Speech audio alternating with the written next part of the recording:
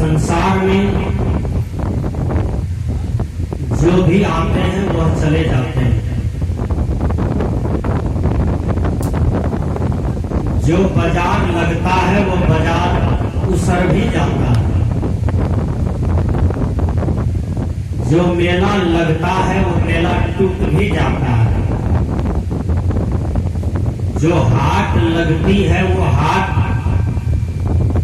उसर भी जाता है, समाप्त भी हो जाता है। यह धरती पर राष्ट्रपति भी आते हैं, प्रधानमंत्री भी आते हैं, मुख्यमंत्री भी आते हैं, राजाओं के राजा भी आते हैं जिसे महाराजा कहते हैं, और कमजोर से कमजोर व्यक्ति भी यहाँ पर आते हैं। 96 मिनट में यह जिंदगी को छोड़ करके चले भी जाते हैं। ये बात भी सभी कोई जानते हैं ना। ऐसा प्रकृति में विधान नहीं है कि मनुष्य बूढ़ा होकर के ही मरेगा। ये विधान है, सत्य है।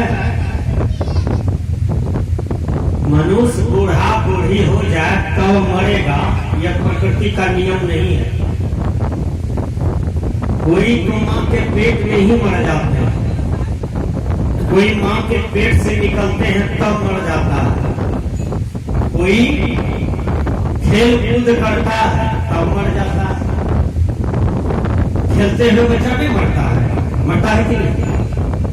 कोई बच्चा कार्य कर में दबा जाता है, ट्रैक्टर के अंदर में चला जाता है, दबा के मर गया। मोटरसाइकिल के अंदर में दबा के मर जाता है। कोई बच्चा खेल रहा था, अपना ही गड्ढा के आगे में पानी था, उसी पानी में डूब के मर जाता है कि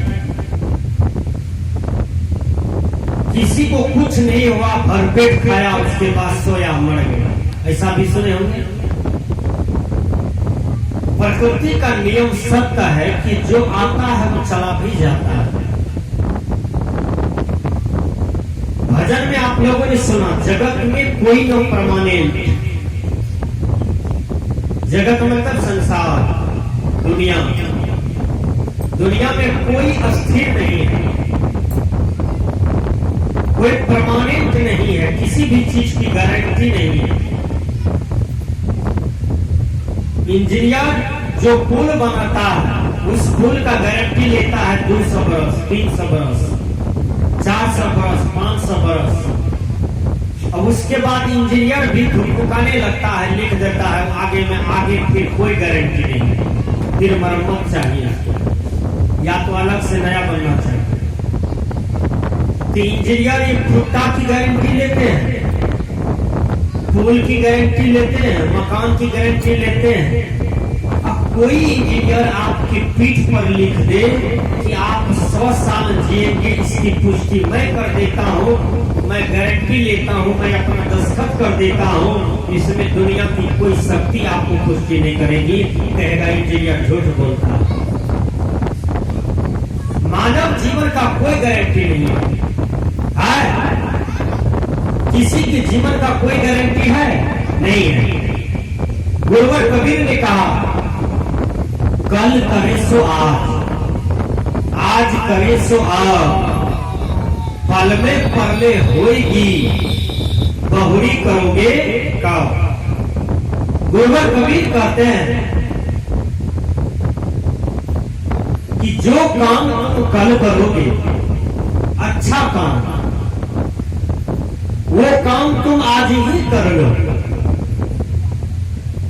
अच्छा काम जो आज करोगे सो अभी तुरंत कर लो, इसी में फायदा है, क्योंकि आपके जीवन का नो गारंटी, आपके जीवन की कोई गारंटी नहीं है। विचार कीजिए।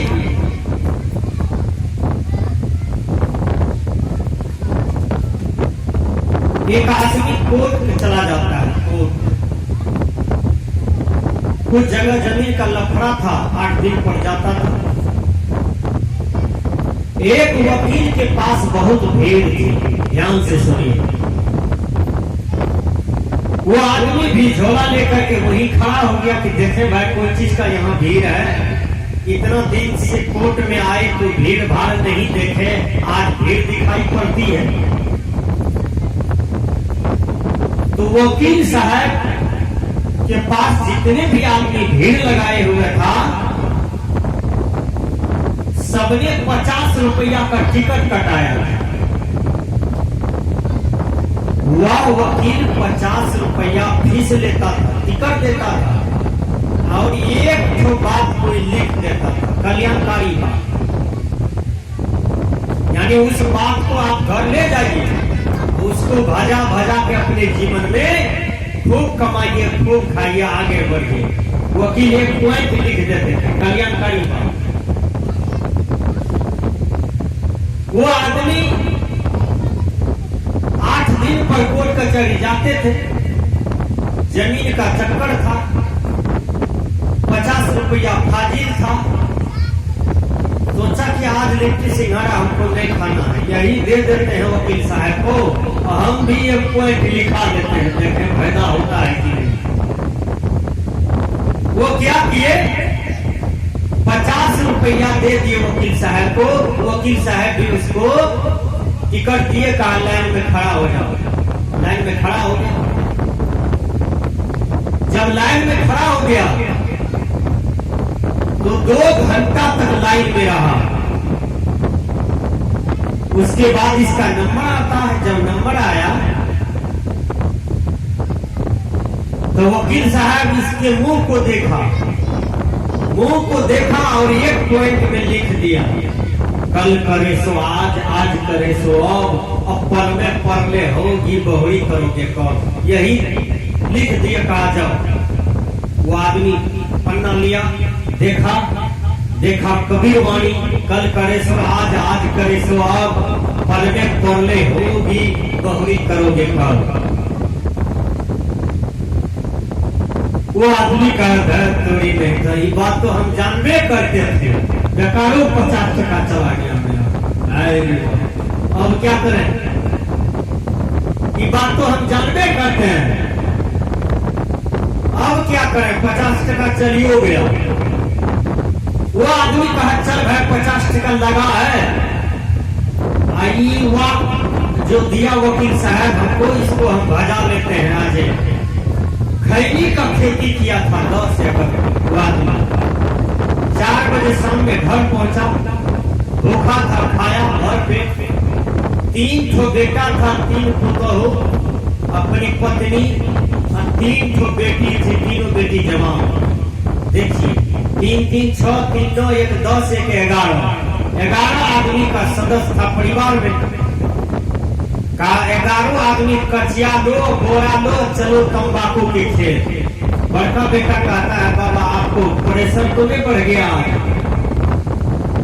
कोर्ट से आज आए हैं, आपको विराम करना चाहिए, आराम करना चाहिए। आप कहते हैं कचिया लो और चलो खेत। कहा हाँ जाना पड़ेगा। कहा क्यों बाबा? का 50 टका खर्चा किए हैं आज। का 50 टका खर्चा हुआ है। कहा हाँ। का देखो ना वकील के पास ढेरी आदमी का भीड़ था, सब 50 टका में बात वकील से लिखा रहा था। हम भी 50 टका दिए, लिख दिया।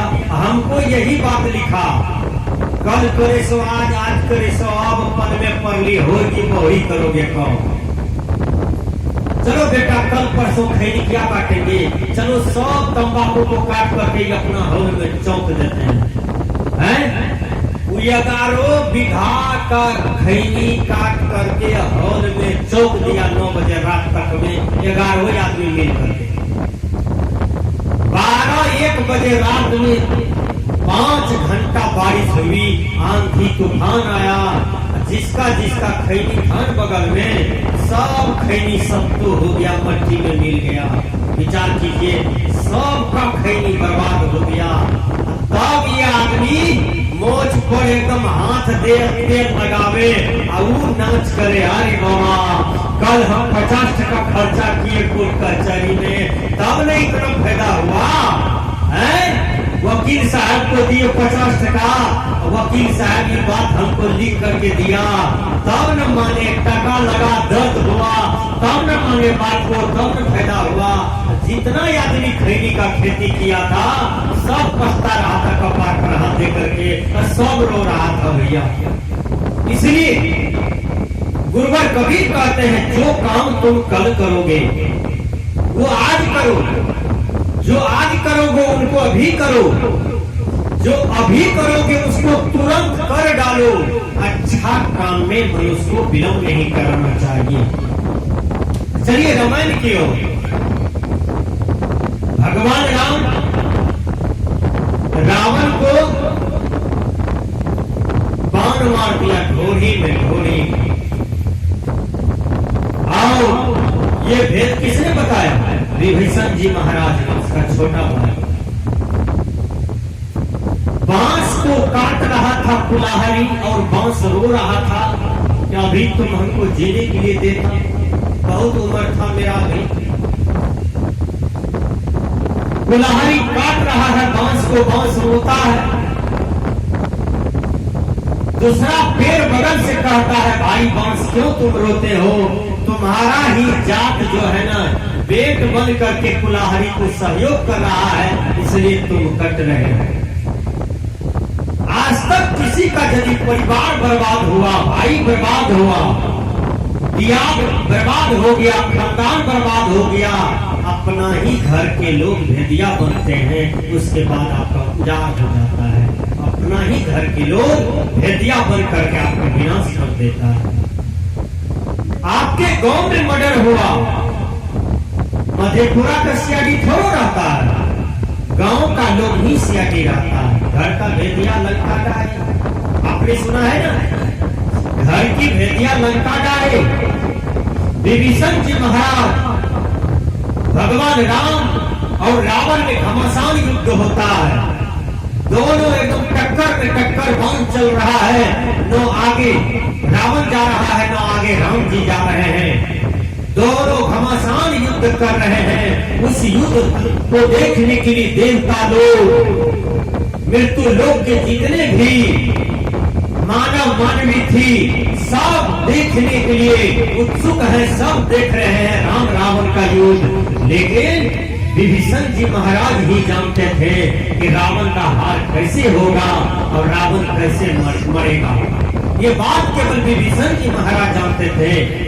जब देखा कि रावण नहीं हार रहे हैं तो विभीषण जी महाराज जाते हैं राम के पास और कहते हैं प्रभु रावण को नाभि में बाण मारिए, ढोरी में। रावण का प्राण नाभि में बसा हुआ है और भगवान राम के पास बहुत सुंदर बाण था।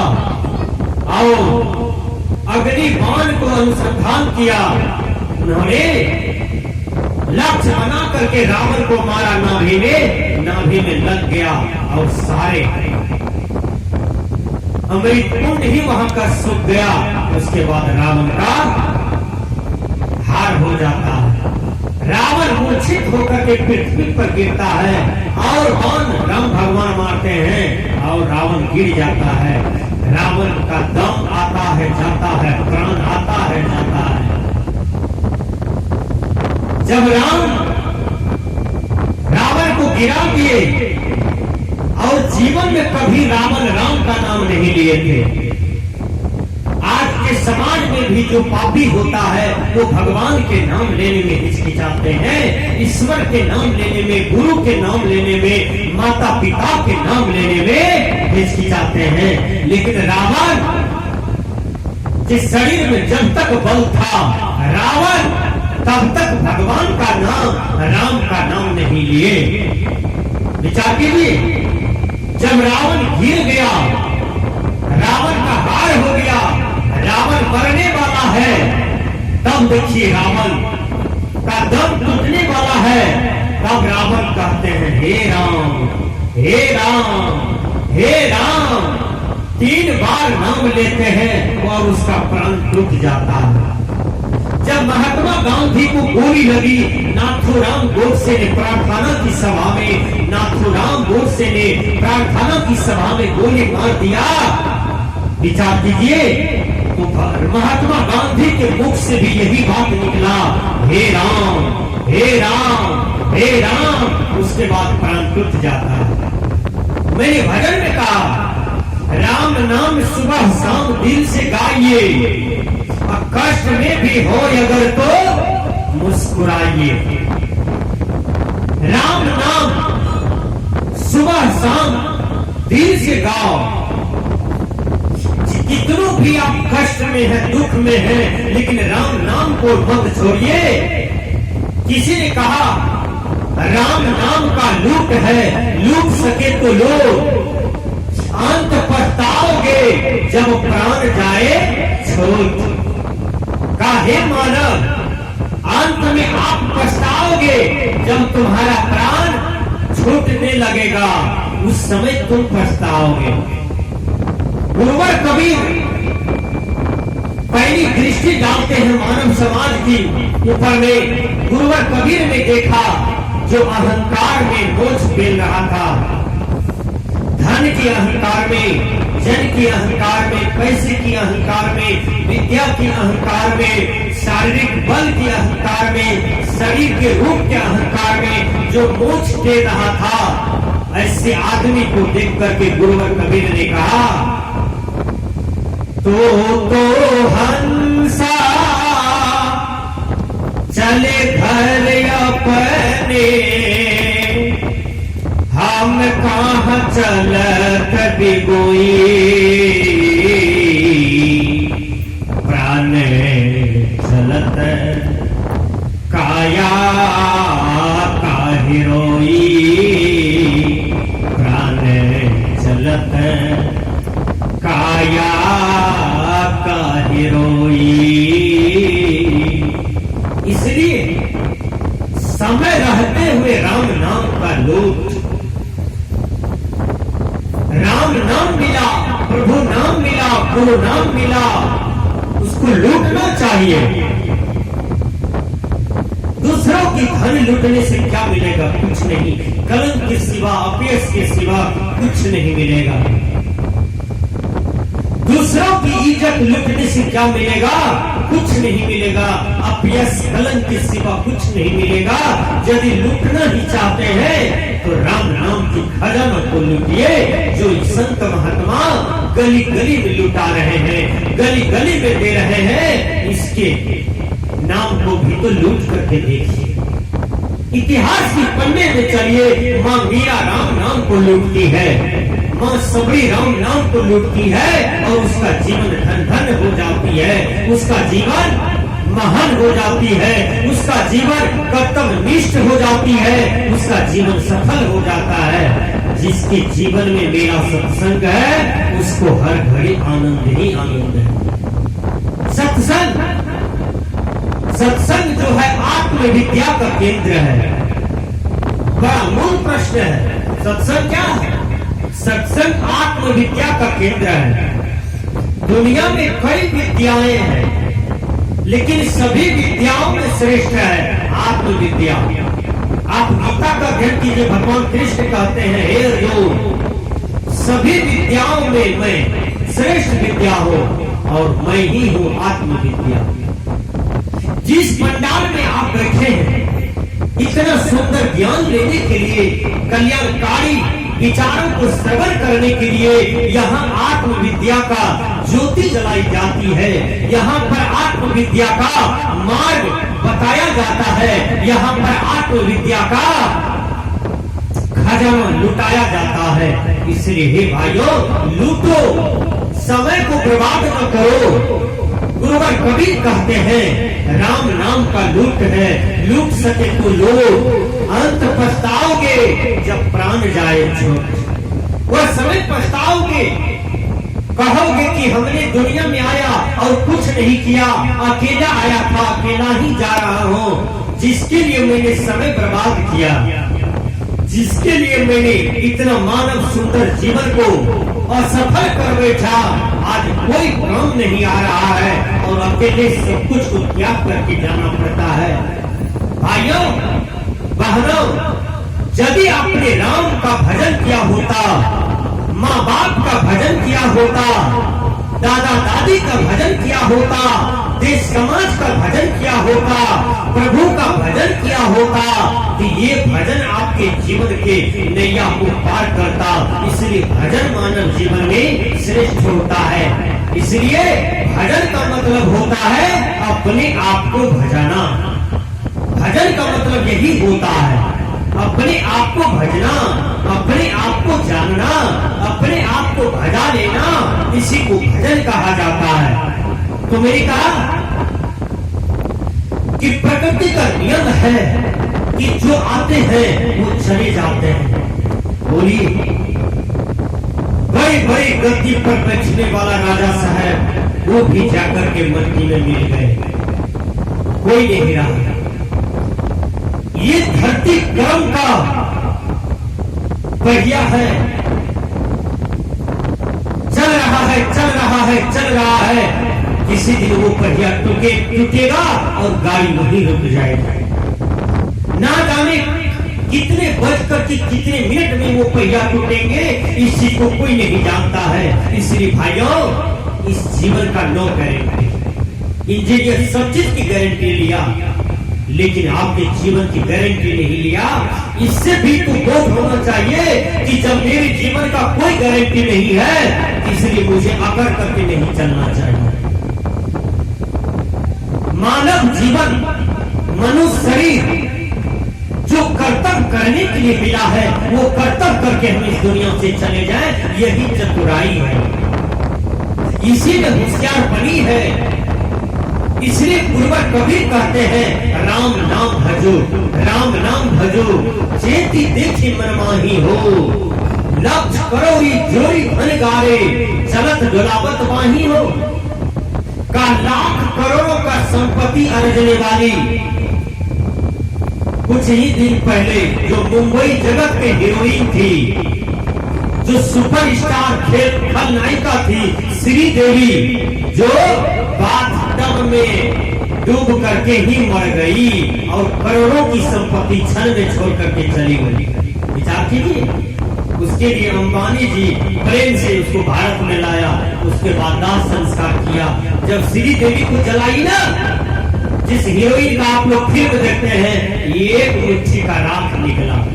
जब पंडित जवाहरलाल नेहरू को जलाया गया दिल्ली के शांति वन में, तो एक मुट्ठी राख हुआ। अरे माटी के पुतले, तुम्हें इतना गुमान है? ये शरीर जो है, ये मानव तन जो है, इसको माटी के पुतला कहा गया है, कागज की पुड़िया कहा गया है, सूखा लकड़ी माना गया है, मट्टी का बर्तन माना गया है। अरे माटी के पुतले, तुम